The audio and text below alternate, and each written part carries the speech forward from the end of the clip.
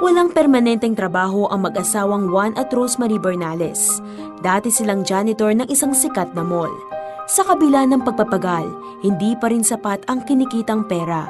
Hanggang sa kinuha si Juan ng isang restaurant para maging pizza delivery boy. Talagang mahirap dahil mababa pa sa minimum ang sahod eh. Struggle ako eh.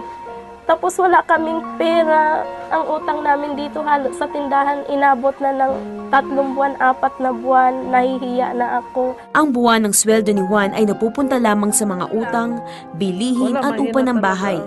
Dahil sa hirap ng buhay, lagi na pagtatalunan ng mag-asawa ang pera. Nagsisisi ako kung bakit ikaw na pangasawa ko. Hindi mo naman pala kami kayang buhayin. Ang anak mo, naghihirap kami ngayon. Kahit pambaon ng anak ko, wala. Naawa din ako sa anak namin. Pagnenegosyo ang nakitang solusyon ni Juan at Rose para makaahon sa kahirapan. Nagbitiw si Juan sa kanyang trabaho at isinanla ang mga alahas para may puhunan. Pumasok sila sa franchising business at pagtitinda ng wellness products. Ngunit ang masaklap, ang inaasahang kita ay hindi nangyari. Wala nang ibang solusyon kundi ang pagtitiwala sa Panginoon. Kaya sabi ko, Lord, walang imposible sa'yo kung ang pagtitiwala namin sa'yo ay talagang totoo. Dahil kami talagang naniniwala na yung pangako ng Panginoon ay totoo pa rin niya. Isang kaibigan na nagikayat sa mag-asawa na manood ng programang The 700 Club Asia. So ang sabi ni Connie Reyes, marami daw taong kay Kristiyano na ang gustong umani, pero hindi naman nagtatanim. Kaya doon po kami mag-asawa na noong ano. So nakita namin sa 700 Club na ang dami pong tinutulungan nila, yung Operation Blessing. So naisip namin, dapat pala nagtatanim din tayo sa matatabang lupa. Kung gusto nyong umani ng malaki, di magtanim din kayo ng malaki. Tumimo ang mensaheng iyon sa mag-asawa.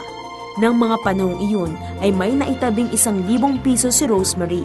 Nais man niya itong ihandog sa Panginoon, may pag-aagam-agam siya na ibigay itong lahat dahil ito na lang ang nalalabi nilang pera.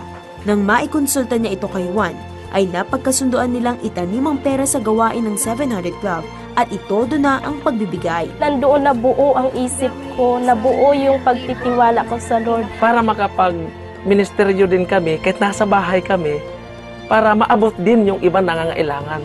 Dahil sa katapatang ipinamalas ng mag-asawa, ay pinagpala sila makalipas lamang ang ilang araw. May nag-text sa amin, may commission akong dumating. So yun, tuwang-tuwa kami ni Mrs. Sabi ko, totoo nga pala.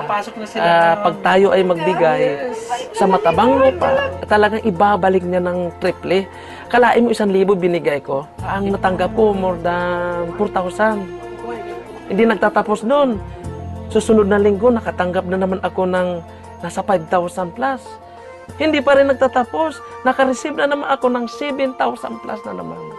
Hanggang ngayon, tuloy-tuloy na po. Napatunayan ni Juan at Rosemary na ang pagbibigay ay isang mahalagang sangkap para makatanggap ng biyaya mula sa Diyos. May goal po kami mag-asawa na tuwing dating ng blessing sa amin, every week, magbibigay kami sa 700 Club. Pag nangangailangan kami pinansyal, nandyan agad ang pinansyal. So nandyan talaga, sabi namin, talaga ang Diyos buhay. Diba sa Bible, na ang sabi sa Malakay 3:10, subukin mo lang ako, ay bubuksan ko yung durungawan. Talagang ibibless ka ng Panginoon pala.